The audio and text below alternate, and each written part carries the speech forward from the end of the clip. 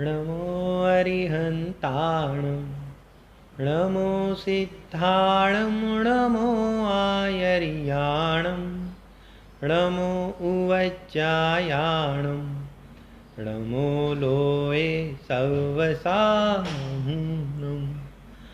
मोक्षमार्गस्य नेतारं मेतारं कर्मभृभुतां ज्ञातारं विश्वतत्त्वानां वन्दे तद्गुणलब्धये।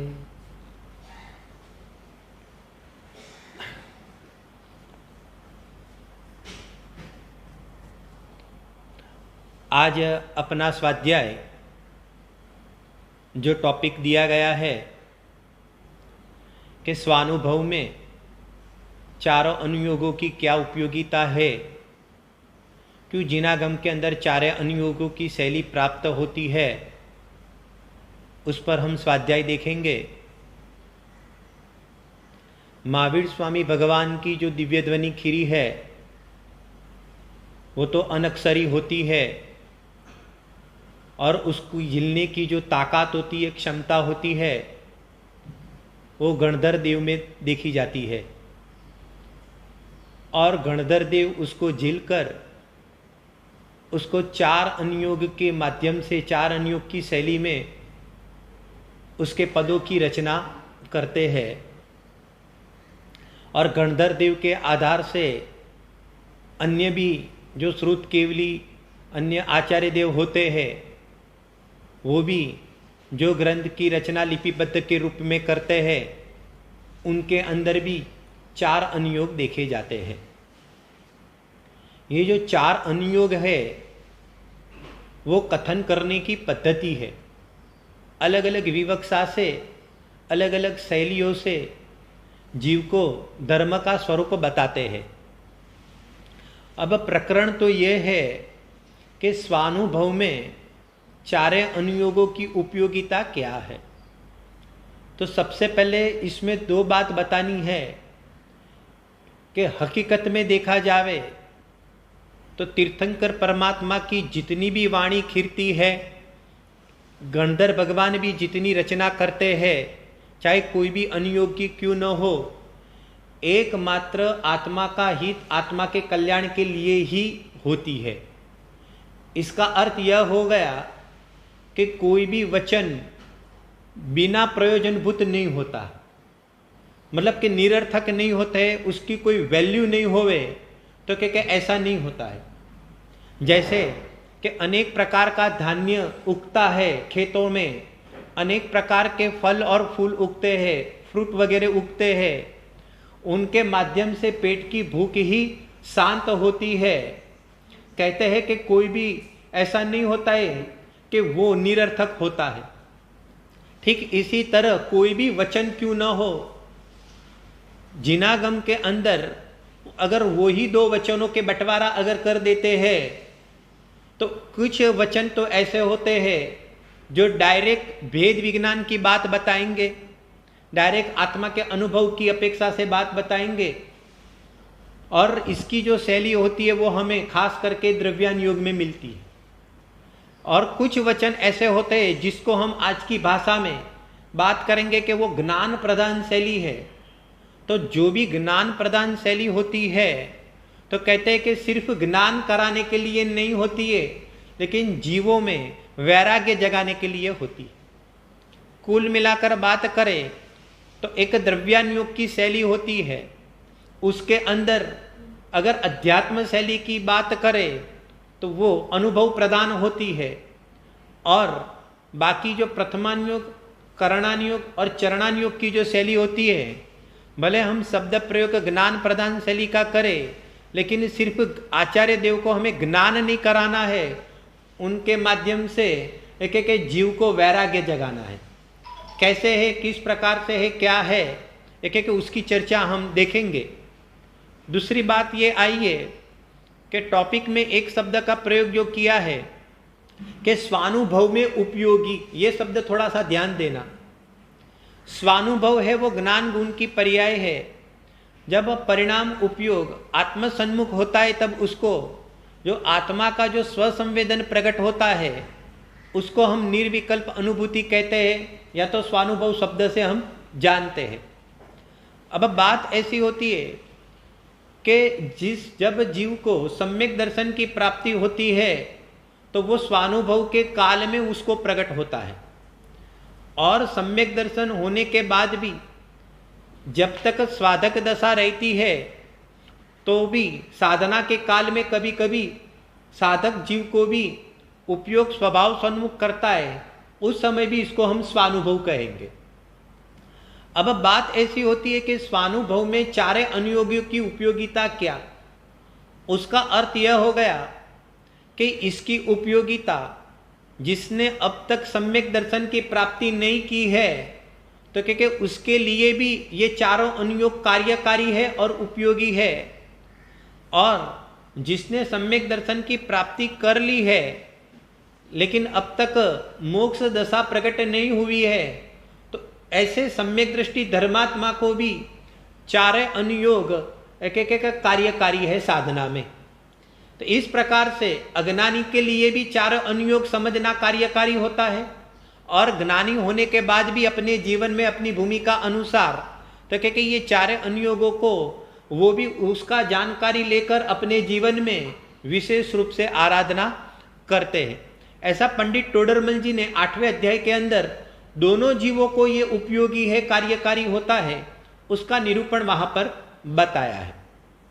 अभी हम आगे बात करते हैं कि हम जब चारे अनुयोग की शैली को ध्यान में लेकर उसके विषयों को जब हम देखते हैं तो इसमें से एक निष्कर्ष तो ये आता है कि प्रथमानुयोग है, करणानुयोग है और चरणानुयोग है। ये जो तीन अनुयोग जो हमें विषय बताते हैं तो कहते कि इन तीनों के माध्यम से यह जीव अपने परिणामों को क्या करते हैं, एक एक संभालते हैं। थोड़ा सा ध्यान देना, परिणामों को संभालने के लिए सावधान करने के लिए तो ये तीन अनुयोग है। कैसे होता है उसकी चर्चा करेंगे, पहले तो उसकी थीम क्या है वो पहले हम थोड़े समझेंगे।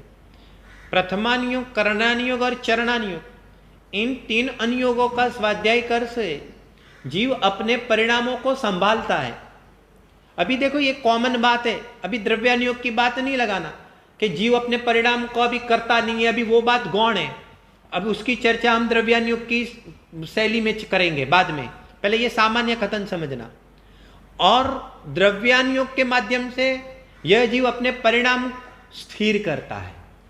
फिर से बोलता हूं, तीन अनुयोग जो है द्रव्यानुयोग को छोड़कर उनके माध्यम से, उसके स्वाध्याय के माध्यम से अपने अनेक प्रकार के औदायिक भाव जीवन में पाए जाते हैं और अनेक प्रकार की मन की चंचलता भी पाई जाती है। तो कहते हैं कि अनेक प्रकार के जब उग्र परिणाम होते हैं तो इन तीनों अनुयोगों के माध्यम से अपने परिणाम को जीव शांत करता है। और द्रव्यानुयोग के अभ्यास के माध्यम से, खास करके अध्यात्म के विषय के अभ्यास के माध्यम से, तो क्योंकि ये अपने परिणाम को क्या करेगा, कि अपने परिणाम को स्वभाव सन्मुख कर कर स्थिर करेगा। तो स्वभाव बताने का काम कौन करता है, तो क्योंकि द्रव्यानुयोग करता है। और तब तक जब तक स्वभाव में स्थिरता नहीं आती है और वो परिणामों में जो चंचलता बनी रहती है, उद्वेगपना बना रहता है, तो कि इसको संभालने का काम कौन करेगा, तो क्योंकि ये बाकी के तीन अनुयोगों का ज्ञान हमें काम करेगा। इस प्रकार से चारों का रोल क्या है, तो निष्कर्ष रूप में देखेंगे तो चारों का रोल अपनी परिणाम को संभाल कर कर और स्वभाव सन्मुख जुड़ने का काम तो क्योंकि ये चारों अनुयोग करते हैं। पूज्य गुरुदेव श्री के प्रवचन में तो क्योंकि कहीं बार आया हुआ है, और पंचास्ती काय के अंदर, देखिए पंचास्ती काय के अंदर भी उसके 172 नंबर की गाथा का आधार देकर कई बार गुरुदेव श्री फरमाते हैं कि चारे अनुयोगों का तात्पर्य एकमात्र वितरागता। और एक सुंदर सा उदाहरण देते थे कि जैसे गाय होती है लोक में और गाय के 4 आंचल होते हैं, तो चारों आंचलों में से क्या निकलता है, तो कि चारों आंचलों में से एकमात्र दूध निकलता है। ठीक इसी ही तरह ये जो हमारे चारे अनुयोग है, तो 4 अनुयोग के माध्यम से एक क्या निकलता है, तो वो क्या निकलता है, तो एकमात्र वितरागता निकलती है। लेकिन एक बात जरूर है, जैसे अनभ्यस्त जीव गाय के आंचल को टच करे और इसको दूध निकालना नहीं आवे, तो कहते हैं कि हो सकता है कि आंचल को टच तो करता है, लेकिन एक उसकी एक कला होती है, एक उसकी एक विधि होती है। अगर वो विधि को छोड़कर यदवा तदवा अगर निकालने जाए तो कहते हैं कि उसमें से दूध तो नहीं निकलता है। लेकिन गाय क्या करेगी, एक एक गाय क्या करेगी, तो इसको पैर मारेगी, वो हम देखते हैं कभी कभी। ठीक है, इसी ही तरह 4 अनुयोग है। अगर 4 अनुयोगों की अगर हम नई विवक्षा नहीं समझेंगे, उसमें से कैसे तात्पर्य निकालना, उसकी अपेक्षा क्या है, वो अपेक्षा को अगर हम समझेंगे नहीं, तो क्या हो सकता है कि ऐसा भी हो सकता है कि ये शास्त्र अपेक्षा ज्ञान के बिना क्या हो सकता है, एक एक शस्त्र बन सकता है। इसलिए नयों के ज्ञान पूर्वक इस 4 अनुयोगों की शैली को समझकर जो जीव अपनी आत्मा को साधेगा, तो ये 4 ही अनुयोग हमें अमृत समान भाषित होगा। एक बात दूसरी भी बता देते हैं, कल भी बताएंगे कि पंडित टोडरमल जी ने एक बात बताई है कि आप भले 4 अनुयोगों का स्वाध्याय करो, लेकिन दृष्टि प्रयोजन पर होनी चाहिए। ये मूल बात है। ये कुछ पहले उसकी एक सामान्य भूमिका बताते हैं, फिर हम अपन विषय आगे करेंगे।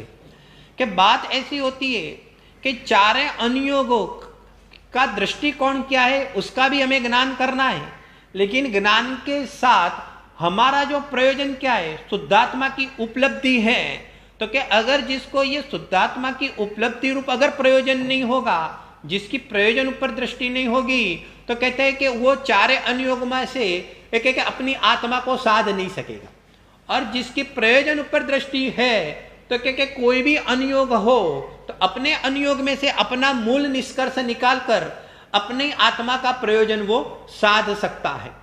एक बात तो पंडित टोडरमल जी ने ये बताई, और एक दूसरी बात भी बताई कि जिसको थोड़ा सा ध्यान देना, बहुत एक मतलब विशेष बात बताई पंडित टोडरमल जी ने, जिनको किसी एक अनुयोग पर भी द्वेष बुद्धि है, तो कहते हैं कि वो कभी भी आध्यात्मिक नहीं हो सकता है। कभी कभी ऐसा होता है कि ऐसे कभी कभी ऐसे परिणाम बन जाते हैं कि हम कभी कभी कोई एक अनुयोगों का अतिरेक कर लेते हैं हमारे जीवन में, या तो एक आग्रह बुद्धि हो जाती है और ऐसा हम समझते हैं कि ये बाकी के अनुयोगों में कुछ नहीं रखा है। हालांकि भले हम मुंह से तो नहीं बोलते हैं, लेकिन शायद अव्यक्तपन है, शायद हमारे भावों में कुछ पड़ा हुआ है कि ये तो ज्ञान प्रदान विषय है, इससे कोई आत्मा का हित होने वाला नहीं है। इस प्रकार की सोच रखकर अगर हम उसके प्रति द्वेष बुद्धि करते हैं, तो पंडित टोडरमल जी कहते हैं कि जिसको अन्य अनुयोगों की अरुचि होती है, वो कभी भी एक आध्यात्मिक नहीं हो सकता है। कुल मिलाकर जो भय भीरु होता है, जो जिज्ञासु होता है, पिपासु होता है, ऐसा तो हो सकता है कि उसको अपना अपना एक स्वयं का औदैहिक भाव होता है। ऐसा तो हो सकता है कि किसी का परिणाम किस अनुयोग में बनता है, किसी के परिणाम किस अनुयोग में बनता है, एक ऐसा तो हो सकता है। लेकिन अंदर में किसी के प्रति जो साधर्मी मुमुक्षु पिपासु जीव होता है, तो कहता है कि उसको एक अंदर में एक किसी के प्रति भी इस प्रकार का अणगमा का भाव होता नहीं है। एक चारों को माता समझता है, अपने सर पर रखता है, और चारों को अपने अपने भाव और संयोग अनुसार समझने की कोशिश कर कर आत्मा का हित अवश्य करता है। अभी देखो आगे थोड़ी बात और समझने जैसी है। अब हम चर्चा करेंगे सबसे पहले प्रथमानुयोगों की क्या उपयोगिता है। जब प्रथमानुयोग की चर्चा मतलब उनकी शैली की चर्चा हम जिनागम में देखते हैं, तो सामान्य रूप से हम ऐसा बताया जाता है कि जो अप्रतिबद्ध जीव है, जो नवीन श्रोता है, तो कहते हैं कि जो मिथ्या दृष्टि है, जिसको इस प्रकार के परिणामों में रुचि कम देखी जाती है, तो इसको सबसे पहले क्या है, तो क्या ऐसा हालांकि कोई क्रम नहीं है कि पहले ये चालू करो फिर ये चालू करो ये चालू करे, ऐसा नहीं है, क्रम की बात नहीं बताते। लेकिन इस प्रकार के कोई तुच्छ बुद्धिवान जीव हो तो उसके लिए सबसे पहले सरलता से प्रथमान योग का अध्ययन करने के लिए कहते हैं।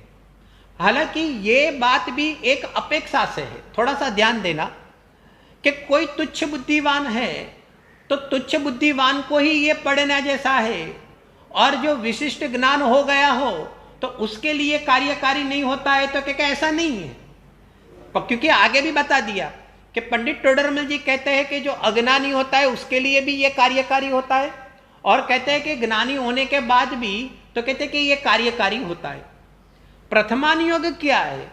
तो प्रथमान योग के अंदर सादी सरल भाषा में बात करें तो महापुरुषों का जीवन चरित्र का वर्णन उसके अंदर आया हुआ है।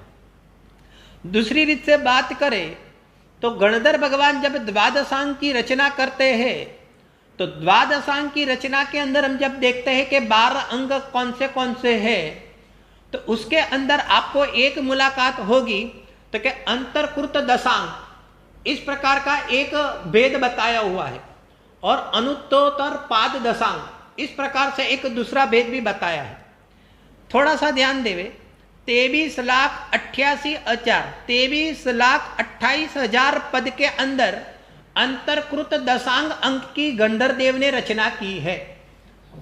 जो एक पद होता है, एक पद 1634,83,07,888 अक्षरों का एक पद होता है, और 1634,83,07,888 को मल्टीप्लाई करो 23,28,000 से, और उतने अक्षरों के माध्यम से ये जो पद की रचना करके आचार्य देव क्या बताते हैं? तो क्या आचार्य देव प्रथमान युग बताते हैं। कभी ध्यान दिया हमने? दूसरा, अनुत्तोत्तर पाद दशांग में क्या है?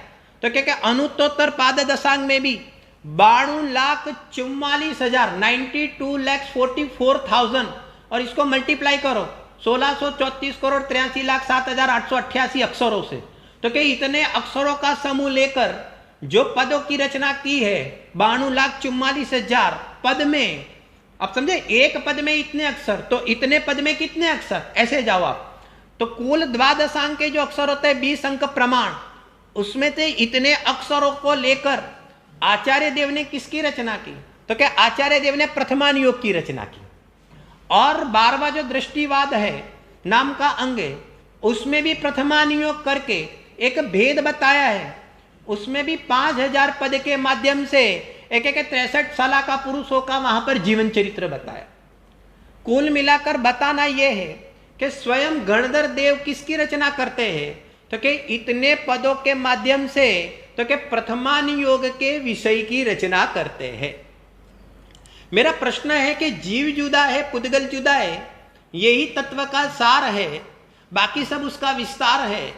तो अगर जीव जुदा है, पुद्गल जुदा है, देह भिन्न है, आत्मा भिन्न है, और अपनी आत्मा को जानो, पहचानो और आत्मा का अनुभव कर लो। आचार्य देव को सिर्फ इतना ही बताना था। तो इतने सारे अक्षरों के समूह के माध्यम से जो पद की रचना बताई, उसमें प्रथमान योग, सादी सरल भाषा में बात करें तो स्टोरी, आज की भाषा में बात करें तो क्या है, महापुरुषों की क्या है, तो क्या स्टोरी है। इतनी स्टोरी बताने की क्यों आवश्यकता पड़ी? थोड़ा सा हमने गंभीरता से सोचा। एक दूसरा पहलू देते हैं आपको, किस चीज की क्या आवश्यकता है, उसकी क्या उपयोगिता है। जब विचार करना होता है तब आप ऐसा सोचो कि अगर ये नहीं होता तो क्या होता। पॉइंट समझ में आया कहने का मतलब? जैसे कि घर में 4 भाई हैं, अगर 4 भाई अपना अपना काम तो कर रहे, लेकिन चारों की अपनी अपनी एक उपयोगिता होती है। लेकिन चारों की अपनी अपनी उपयोगिता में कभी ऐसा सोचो कि अगर तीसरे नंबर का भाई नहीं होता तो क्या होता। चारों का अपना अपना काम का बंटवारा है, बराबर है, चारों ने अपने घर का काम बांट लिया है। अभी आप ऐसा सोचोगे, ऐसे उसकी वैल्यू ख्याल में नहीं आएगी। लेकिन जब ऐसा सोचोगे अगर वो 15 दिन नहीं होगा तो क्या होगा, तो उसके पर से अपने को क्या होगा ना, उसका आइडिया आएगा। जब तक ऐसा नहीं सोचते हैं कोई भी चीज के बारे में, तब तक उसकी उपयोगिता हमें भाषित नहीं हुई। आत्मा में दर्शन शक्ति नहीं होता तो क्या होता, आत्मा में वीर्य शक्ति नहीं होता तो क्या होता। ऐसे सोचते हैं तो उसकी वैल्यू ख्याल में आती है। ऐसे आचार्य देव प्रथमान योग की रचना नहीं करते तो क्या होता, ऐसे सोचोगे तो प्रथमानुयोग की वैल्यू में ख्याल में आएगी। सोचना, 24 तीर्थंकर भगवान की पहचान कौन कराता है? तो 24 तीर्थंकर भगवान की पहचान कौन कराता है? तो क्या क्या प्रथमानुयोग कराता है। बोलो आप सोचो, अगर प्रथमानुयोग की रचना नहीं होगी तो ये जिनेंद्र भगवान है, ये तीर्थंकर हुए हैं, जिसकी दिव्य ध्वनि से ही ये अनुयोगों की रचना होती है, बराबर है कि नहीं? और जो स्थापना निक्षेप का जो रोल है कि जिसके माध्यम से ये मंदिर में प्रतिमाएं वगैरह विराजमान होती है, उनके दर्शन से जीवों के परिणाम विशुद्ध होते हैं, ये सब जो मतलब के एक वो रहता है मीडिया, तो कहते हैं कि अगर प्रथमानुयोग की रचना नहीं होती तो हम 24 तीर्थंकर को ही पहचानते नहीं थे। प्रथमानुयोग की रचना नहीं होती तो भरत है, बाहुबली है, राम है, जो दूसरे अन्य पुरुष हुए वो भी भगवान बने हैं, तो कि उसकी पहचान हमें नहीं होती थी। अगर प्रथमानुयोग नहीं होता था तो जीव अगर संसार में बहुत हीन पाप कर रहा है तो क्या उसका जो फल, क्योंकि ये जीव ऐसा फल भोगने गया है, ये जीव यहां पर गया है, रावण नरक में गया है, लक्ष्मण भी नरक में गया है, श्री कृष्ण भी नरक में गया है, एक कैसे नरक में गया है? तो क्या अगर प्रथमानुयोग ये उदाहरण नहीं बताता तो कहते हैं कि ये हमें उसका परिणामों का ख्याल नहीं आता था। अब सोचो, जीव सावधान होता है, प्रथमानुयोग नहीं होता था तो हमें साधना का भी पता नहीं चलता था। हमारे कितने कितने गृहस्थ दशा में भी एक सम्यक दर्शन की प्राप्ति करते हैं, राग की भूमिका है, उसके बावजूद भी कोई विवक्षित राग सम्यक दर्शन के रहने में बाधा नहीं पहुंचाती है। ऐसे भरत चक्रवर्ती का उदाहरण भी हमें प्रथमानुयोग के माध्यम से मिलेगा। इस पर से हमें भूमिकाओं का भी ज्ञान होता है कि राग भले होवे कमजोरी का, अनंतानुबंधी का अभाव हो गया है, लेकिन बाकी का राग खड़ा है, उसके बावजूद भी सम्यक दर्शन सुरक्षित है, सम्यक दर्शन को बाधा नहीं पहुंचती है। इसको शास्त्रीय शब्द में सराग सम्यक्त्व कहते हैं, राग वाली भूमिका के साथ वाले सम्यक्त्व को। ऐसे सराग सम्यक्त्व का उदाहरण हम किसको बनाएंगे? एक भरत चक्रवर्ती को गृहस्थ दशा में बताएंगे।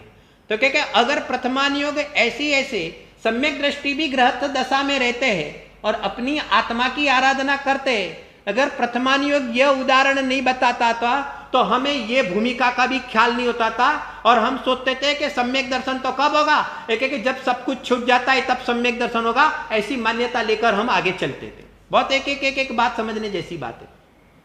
प्रथमानुयोग नहीं होता तो हमें महापुरुष जो हमें मुनिराज जो हमारे हैं, उन मुनिराजों की जो चर्या के काल में जो विशेष आराधना होती है, उपसर्ग के काल में भी जो शांति से जो धैर्य धारण करते हैं, तो कहते हैं कि इन उदाहरणों के बिना हम उन मुनिराजों का धैर्य नहीं समझते थे। प्रथमानुयोग के बिना हमें हमारे पुरुषार्थ किस विधि से, किस स्टाइल से यहां पर हमें करना चाहिए, वो हमें ख्याल में नहीं आता। क्योंकि प्रथमानुयोग है, बाकी के 3 अन्य अनुयोगों का क्या है, बाकी के 3 अन्य अनुयोगों का एक उदाहरण बताता है कि वो उदाहरण कहां मिलेगा, वो प्रथमानुयोग में मिलेगा। थे परिणामों की विचित्रता थी, अभी अज्ञान दशा थी मारीची के जीव में, लेकिन यही मारीची आगे क्या हो जाता है, तो यही मारीची आगे सिंह की पर्याय में वापिस सम्यक दर्शन भी प्राप्त कर लेता है और यही सिंह क्या हो जाता है, एक भगवान बन जाता है। ऐसे सामने डायरेक्ट लाइव बताता है। पॉइंट समझ में आया कहने का मतलब? तो ये जब जीव पढ़ता है तो जीव हताश नहीं होता है, उनको भी एक उत्साह आता है, उसमें भी पुरुषार्थ जागृत करने के परिणाम बनते हैं कि भले आज हमारे वर्तमान में कुछ भी परिणाम हो, लेकिन तत्व का समागम मिला है, तो जैसे ऐसे ऐसे पुरुष भी यहां पर सिद्ध हुए हैं, तो ये भी आत्मा है, तो ये आत्मा भी सिद्ध क्यों नहीं हो सकता है? देखिए एक बात समझना, थोड़ा एक उदाहरण देकर इसको समझाते हैं। मान लो कि कोई एक मेजर है, जो मतलब के हमारा जो सैन्य है उसमें एक मतलब के पोस्ट वाला अधिकारी है, मेजर है। उसने ऐसी भावना भाई है कि हमारा जब लड़का बड़ा होगा तो उसको भी हम सोल्जर बनाएंगे, उसको भी हम सैन्य में भर्ती करेंगे। अभी लड़का उसके घर में बड़ा भी होता है। अभी आप थोड़ा सा देखना, उदाहरण समझना जरा। लड़का बड़ा भी होता है, पापा की कैप भी पहनता है, वो कोट भी पहन लेगा, बराबर, और पापा बताता भी है कि बेटा देख तेरे को यहाँ पर सैन्य में भर्ती होना है, तेरे को क्या करना है, सैन्य में भर्ती होना है, बराबर, ठीक है, थोड़ा थोड़ा बढ़ता है। अभी थोड़ा थोड़ा बढ़ता है तब तक इसको भी मजाक के रूप में समझता है, या तो इसकी उसको भाव वासना नहीं होती है, या इतना भाव भी वो समझ नहीं पाता है।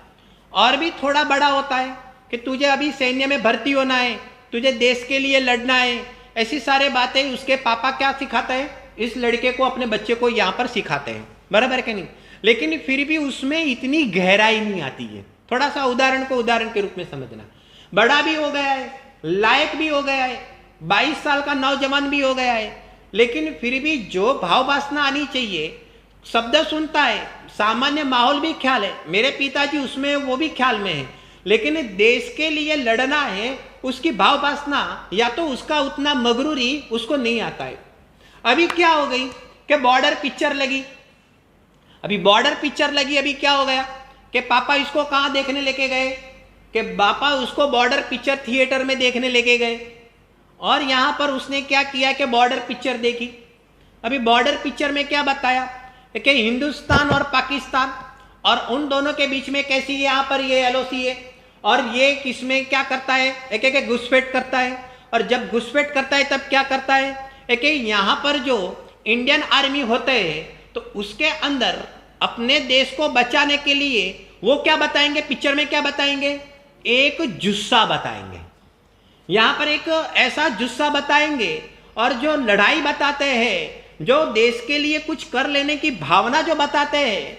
अब 22 साल के लड़के को जब से ये 3 साल का हुआ, 3 साल से लेकर 22 साल तक उसका पिताजी कहते आया कि हमें देश के लिए तुझे लड़ना है, देश के लिए तुझे लड़ना है, देश के लिए तुझे लड़ना है, लेकिन उसकी जो फीलिंग्स आनी चाहिए वो नहीं आती थी। लेकिन एक बॉर्डर पिक्चर उस लड़के ने क्या देख ली तो उस पर से क्या हो गया, एक देश के प्रति यहां पर फीलिंग्स जागृत हो गई। ये हमारा प्रथमानुयोग, समझ में आया क्या कहना चाहते हैं। कहने का मतलब, आप वचनों से कितना भी कह लो, लेकिन वो फीलिंग्स कब आएगी, जब डायरेक्ट लाइव जीवंत कोई चीज देखते हैं, उससे जो फीलिंग्स उत्पन्न होती है वो फीलिंग्स अलग प्रकार की होती है। वो यहां पर क्या आती है कि जीवन में कुछ कर दिखाने की भावना उत्पन्न होती है।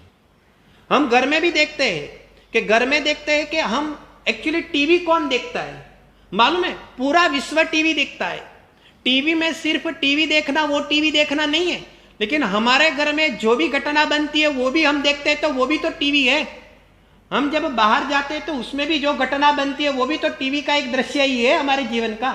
हम लोगों के संपर्क में आते हैं और जो भी घटना बनती है, हमारे पास प्रतिकूलता भी आती है, हमें अनुकूलता भी आती है, तो वो सारी घटना तो यहाँ पर टीवी में है।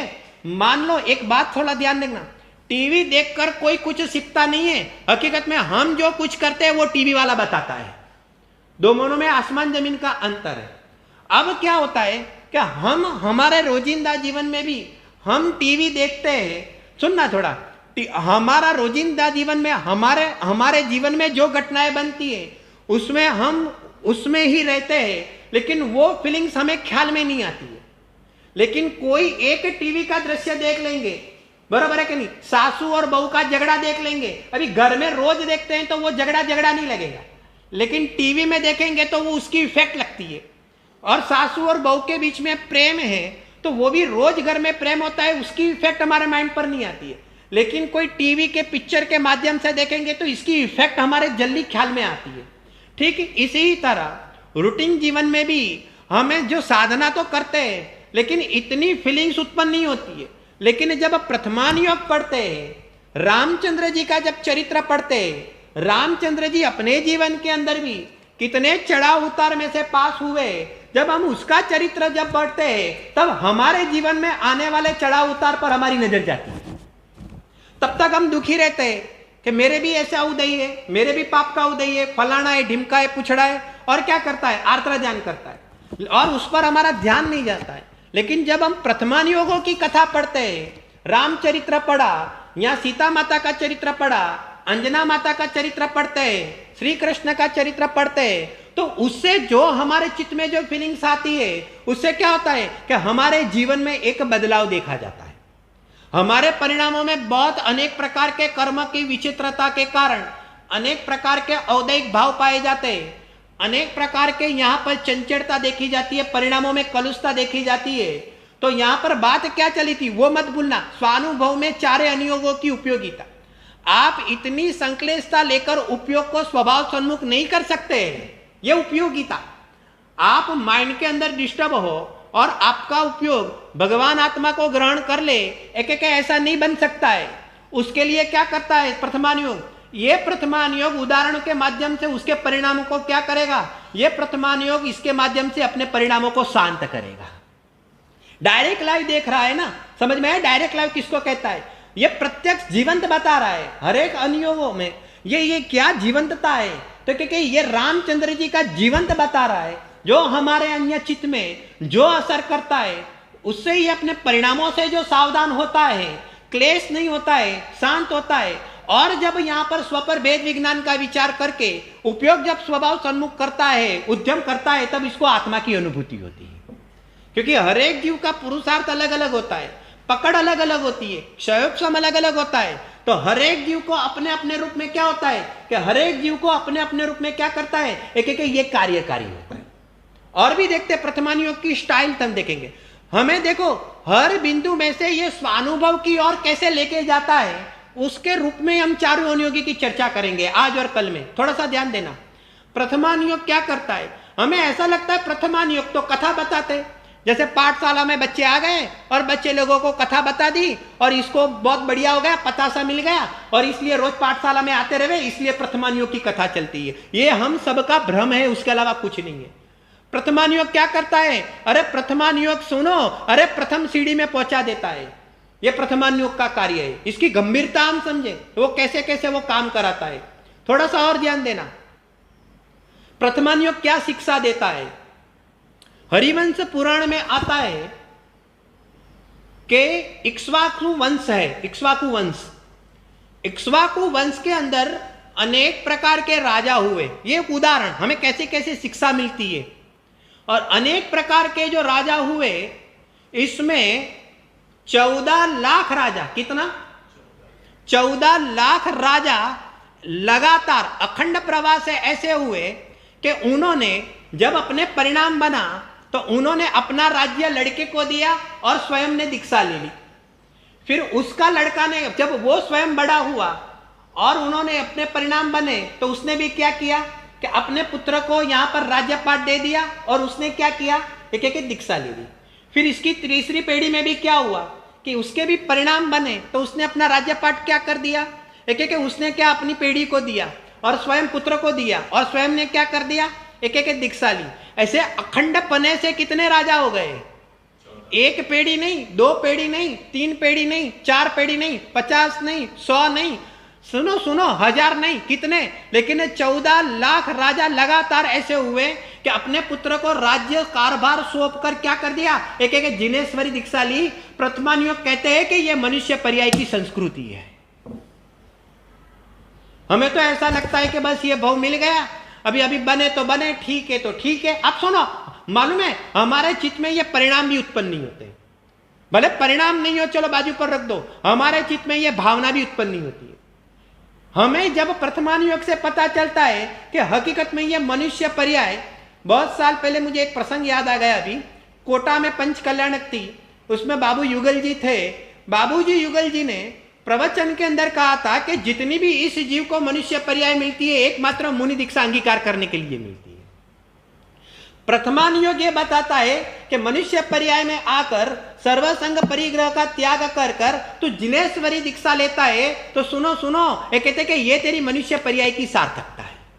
ये हमारी संस्कृति है, मनुष्य पर्याय की ये संस्कृति है। क्योंकि मुनि दीक्षा कौन लेगा, 4 गति में से कौन लेगा, ये मनुष्य गति का ही जीव लेगा। ये कौन ध्यान दिलाता है, एक एक ये हमें प्रथमानुयोग ध्यान दिलाता है।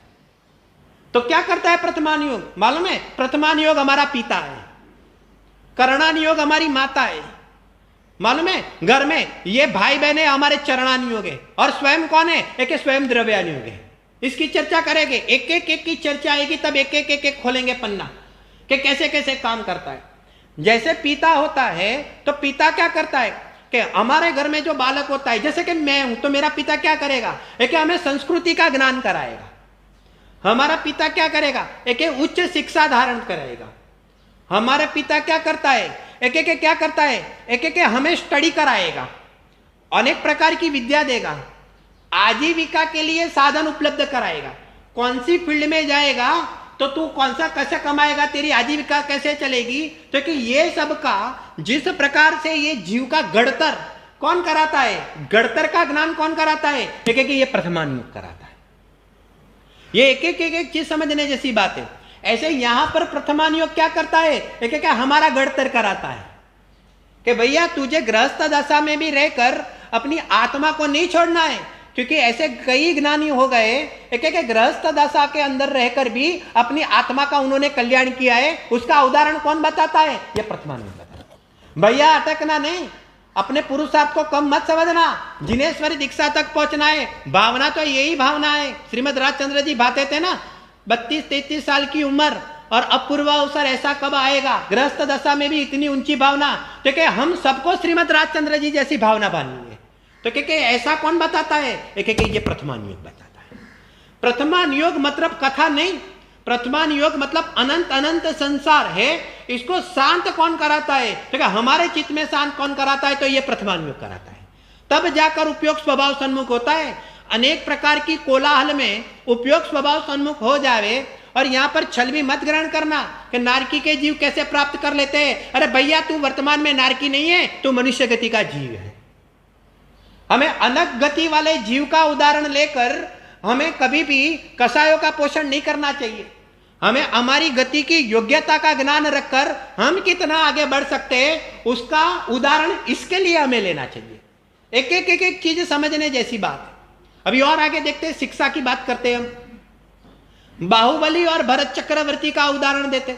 एक सुंदर बात बतावे, थोड़ा बीच में याद आ गया। अष्टानिका के पर्व के अंदर आप जब देखेंगे ना, सबके सब्जेक्ट आपको 4 अनुयोग मिलेंगे। और गजब की बात है कि आदरणीय छोटे दादा ने शुरुआती प्रथमानुयोग से की है।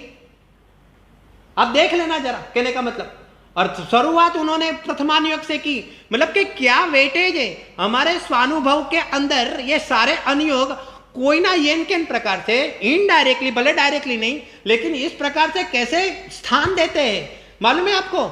जब कई जीव ऐसे आते हैं प्रथमानुयोग के अंदर, जिनेंद्र भगवान के समोशरण में जाते हैं, और जिनेंद्र भगवान के समोशरण में गए, अब तक थका हुआ था, अब तक आत्मा का कार्य नहीं हुआ था, और जिनेंद्र भगवान को पूछते हैं कि हे जिनेंद्र भगवान मेरा पूर्वभव बता दो, मेरे पूर्वभव में क्या था।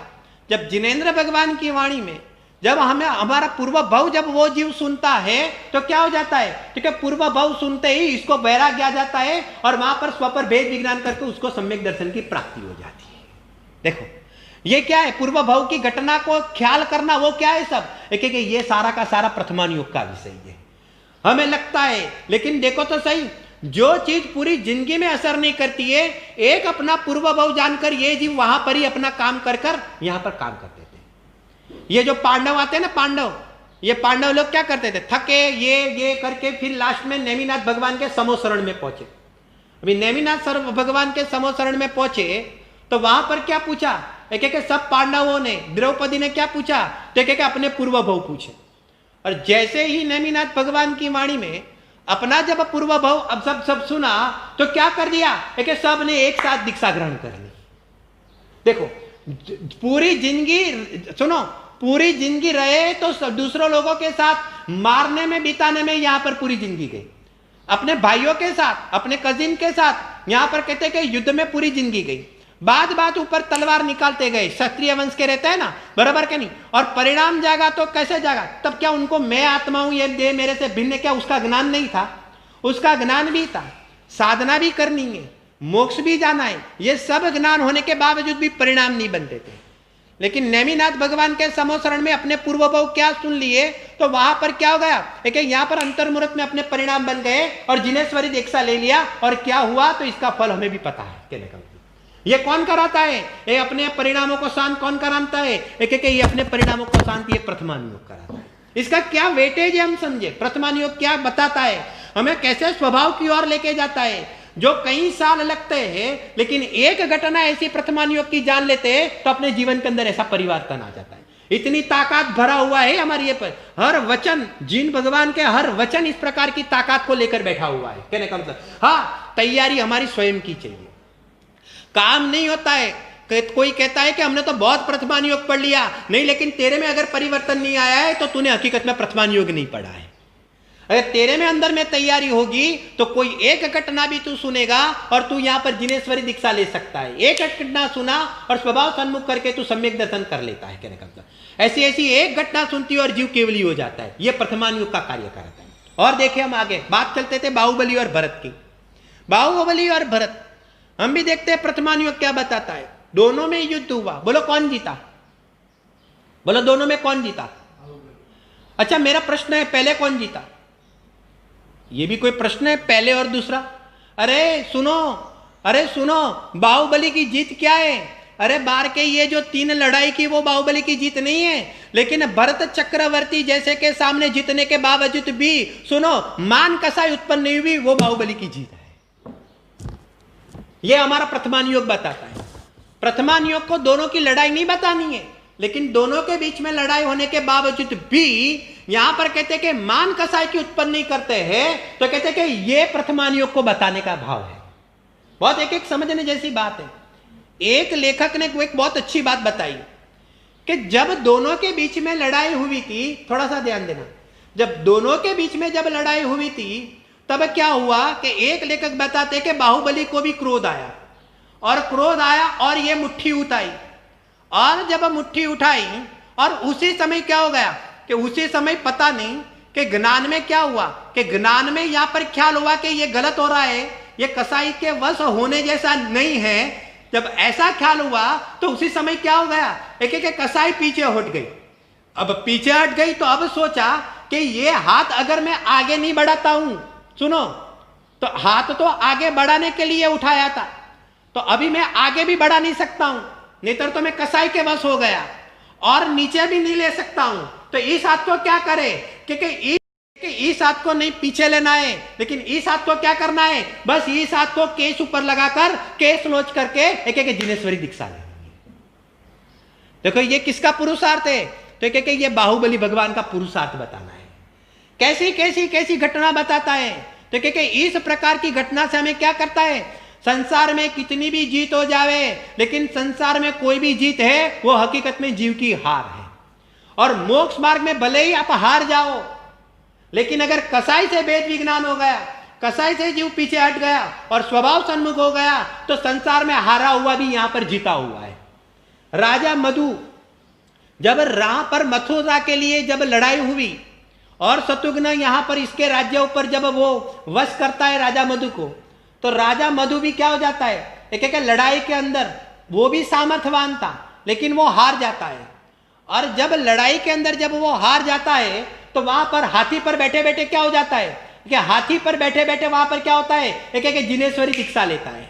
अभी थोड़ा सा ध्यान देना, एक बाजू दोनों युद्ध कर रहे हैं, एक बाजू दोनों के युद्ध के परिणाम है, और एक बाजू दोनों के युद्ध के परिणाम के बावजूद भी थोड़ा सा देखना, यहां पर जब जीव हार जाता है, राजा मधु हार जाता है, तो उसके चित्त में वैराग आ जाता है। जिस समय वैराग हो जाता है तो इसको जिनेश्वरी दीक्षा लेने का भाव आता है। जिनेश्वरी दीक्षा लेने का भाव नहीं, वो आगे बढ़कर क्या होता है कि आगे बढ़कर वहां पर ही खड़े खड़े केस लॉन्च कर देता है, और ये जीव को क्या हो जाता है, इस जीव को जब ऐसी दशा देखता है तो इसके जीव के भी, शत्रुघ्न के भी जीव के क्या हो जाता है, एक परिणाम शांत हो जाते हैं। इसको कहते हैं देखो देव शास्त्र गुरु का विनय। शत्रुघ्न का विनय तो देखो कि भले क्रोध भी था, यहां पर कहते हैं कि वो परिणाम भी ऐसा स्ट्रांग होता था, यहां पर तो जीता था, तो इसको यहां पर ऐसा कोई भाव भी था अम का, लेकिन जैसे यहां मुनिराज की भूमिका देख लेता है, इस जीव का वैराग्य देख लेता है, तो सारे परिणाम कैसे हो जाते हैं, सारे परिणाम शांत हो जाता है और इसके चरणों में मस्तक झुकाकर इसको नमस्कार करता है। देखो तो सही, इसमें से हमें क्या सीख मिलती है, अभी देखो इसमें से यह सीख मिलती है, जब वर्तमान में कोई जीव का परिणाम देखकर, वर्तमान में इसको कोई जीव का परिणाम देखकर, वर्तमान में इसको मुनि देखकर, जब इस जीव का अगर परिणाम बदल सकता है, तो हम किसी भी जीव को भविष्य का मुनि देखकर वर्तमान में क्यों हम वैरभाव नहीं छोड़ सकते हैं? क्या हम भी वर्तमान में वैरभाव छोड़ सकते हैं? यह प्रथमान युग से हमें शिक्षा मिलती है। प्रथमान युग को सिर्फ कथा के रूप में नहीं पढ़ना है, लेकिन अपने परिणामों को बनाने के रूप में बनाना है, सीखना है। हमें परिणामों को सावधान करने के लिए सीखना है, हमें परिणाम को स्वभाव सन्मुख करने के लिए सीखना है, हमें आत्मा को जीतने के लिए प्रथमानुयोग पढ़ना है। इस दृष्टिकोण से अगर प्रथमानुयोग की कोई भी कथा पढ़ता है तो एक समय ऐसा आता है कि जीव साधना करता है, उत्कृष्ट रूप से साधना करता है, तो स्वयं प्रथमानुयोग में अपना स्थान पा लेता है। इसलिए प्रथमानुयोग की कथा मतलब इस प्रकार से बताते हैं। और भी कई सारे प्रसंग है, और भी अनुयोगों में स्वभाव सन्मुख कैसे करते हैं, उसका क्या रोल होता है, वगैरह वगैरह चर्चा बहुत है। समय की मर्यादा में हम समाप्त करते हैं, लेकिन कल और भी बिंदुओं को लेकर हम जिनागम का स्वाध्याय अपनी आत्मा की उन्नति का लक्ष्य रहकर और किस प्रकार से यह स्वानुभव में कार्यकारी होता है, इस प्रकार का विवेचन हम देखते हैं। कल इसकी विशेष रूप से चर्चा करेंगे। आज की बात यहाँ पर समाप्त। जय जय।